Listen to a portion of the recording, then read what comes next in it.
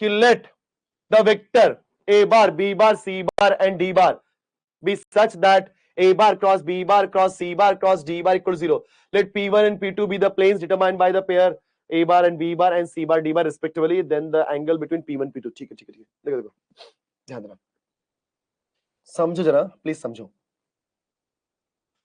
Sorry, ये मेरे पास एक प्लेन है p1 और ये मेरे पास दूसरा प्लेन है p2. ठीक है, ओके समझ जरा बात को सभी लोग प्लीज, कि प्लेन P1 के अंदर मतलब प्लेन P1 कैसे डिटरमाइन हो रहा है आपका A बार और B बार से, और देखो ना बोला ना P1 with the planes determined by the vector A bar B bar and P2 is determined by the C bar and D bar. ठीक है, ये हो रहा है. नाउ क्वेश्चन देखना बच्चों, A bar cross B bar, समझो जरा बात को, A bar cross B bar cross C bar cross D bar is equal to 0 है. कई लोग सोचेंगे कितना डिफिकल्ट सम है, कितना डिफिकल्ट सम है. देखो कितना आसान बना दूंगा मैं, एकदम सिंपल बता दूंगा. पहला वेक्टर है A bar cross B bar और दूसरा वेक्टर है C bar cross D bar, are parallel.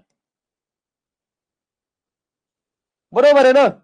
Yes, दिमाग लगाओ, क्योंकि मैंने बताया था कि if A bar cross B bar equal to 0, इसका मतलब क्या होता है, A bar is parallel with B bar. याद रखना, अगर दो वेक्टर का क्रॉस प्रोडक्ट 0 होता है तो हमेशा वो दोनों वेक्टर क्या होते हैं बच्चों, पैरेलल. अब ध्यान देना, अगर A bar cross B bar और C बार क्रॉस D बार आपस में पैरेलल है तो P1 P2 प्लेन भी क्या हो जाएगा, आपस में parallel. Therefore P1 and P2 are parallel. अरे कॉमन सेंस है यार, कैसे बताता हूं, समझाता हूं, 2 मिनट समझने का, टेंशन लेने का नहीं, ठंडा पानी पीने का, एकदम ध्यान से. ये देख, A बार क्रॉस B बार मतलब क्या होगा, अगर ये वेक्टर A बार है और ये vector B, just wait, give me 1 minute, इसको थोड़ा अच्छा स्क्रीन कर देता हूं. हाँ बच्चों ध्यान दो, एकदम समझ के लो डायग्राम से. ये वेक्टर है A बार और ये वेक्टर है B बार, ठीक है, और इसका परपेंडिकुलर वेक्टर क्या होगा, A बार क्रॉस B बार. चलेगा ना? हाँ, ये वेक्टर C बार और ये वेक्टर D बार, इसका परपेंडिकुलर वेक्टर क्या हो जाएगा बच्चों, C bar cross D bar. Because अगर दो वेक्टर A बार B बार है तो क्रॉस प्रोडक्ट हमेशा क्या होता है, परपेंडिकुलर वेक्टर ही होता है. अब जरा ध्यान देना सभी लोग कि अगर A bar cross B bar C bar cross D bar parallel है, बात समझो जरा. ऑलरेडी लाइन प्लेन में आपने सीखा हुआ है, लाइन प्लेन के अंदर अगर आपने सीखा हुआ है, क्या सीखा है, प्लेन के अंदर क्या होता है बच्चों, नॉर्मल होता है.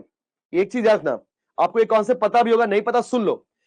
जो कभी भी प्लेन की बात करते हैं, सो प्लेन के बीच का अगर एंगल निकालना है तो हम लोग क्या करते हैं, उसके नॉर्मल के बीच का एंगल निकालते हैं.